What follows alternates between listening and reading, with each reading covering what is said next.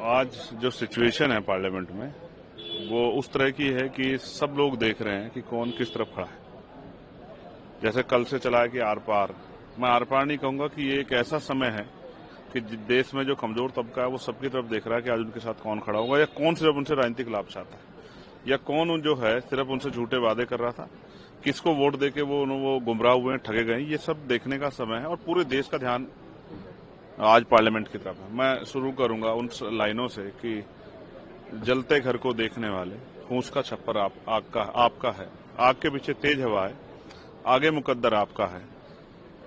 तेरे कत्ल पे मैं भी चुप था, मेरा नंबर अब आया, मेरे कत्ल पे तू भी चुप है, अगला नंबर आपका है। मैं स्पष्ट कर रहा हूं, ये पूरा अमेंडमेंट जो है ये आर्टिकल 13, 14, 25, 26, आर्टिकल 50, आर्टिकल 300 का उल्लंघन है।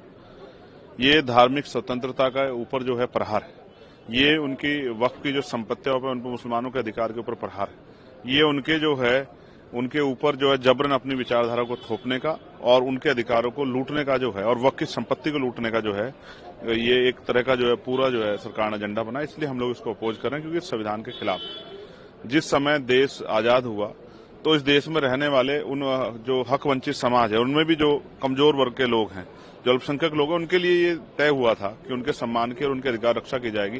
लेकिन आज सरकार उनके अधिकारों को कुचल रही है। इससे पूरे देश में जो है और दुनिया में भी चिंता की तरफ से हमारी तरफ देखा जा रहा है। हम कोशिश करेंगे कि अपनी तरफ से पुरजोर तरीके से इस बिल को इसका विरोध करें और उसका विरोध इतना सख्त दर्ज कराएं कि सरकार को इसको वापस लेना पड़े। लेकिन आप लोग लगातार ये कह रहे हैं कि हम विरोध करेंगे, सरकार ये कह रही है कि आप गलत नैरेटिव आप लोग सेट कर रहे हैं। जितने भी विपक्ष के लोग हैं, ना तो ये संविधान के खिलाफ है, नहीं तो इससे किसी को खतरा है, मुस्लिम समाज को बिल्कुल भी खतरा नहीं है, उनके लिए उनके हित में है। तो लगातार सरकार इस बात को समझाने की कोशिश आप ये कह रही हैं कि सरकार कह रही है कि मुसलमानों के हितैषी, तो मैं पूछ रहा हूं कि आपने ऐसा क्या काम किया है जो उनके फायदे में हो?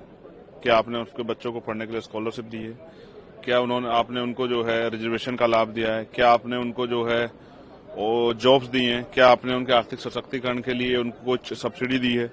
क्या आपने जो है जिस तरह से आपकी सरकारों ने के घरों बुलडोजर चलाए, उनको डराने का काम किया, उनके तीज त्योहारों पर जिस तरह का आपने माहौल बनाया, ये सब चीजें स्पष्ट करती हैं कि सरकार इन वर्गों के हितैषी नहीं है। हालांकि मैं फिर कहूंगा कि सरकार को अपना दायरा, अपनी सोच बदलनी चाहिए, सबको साथ लेकर चलना चाहिए, सबके हितों की रक्षा करनी चाहिए।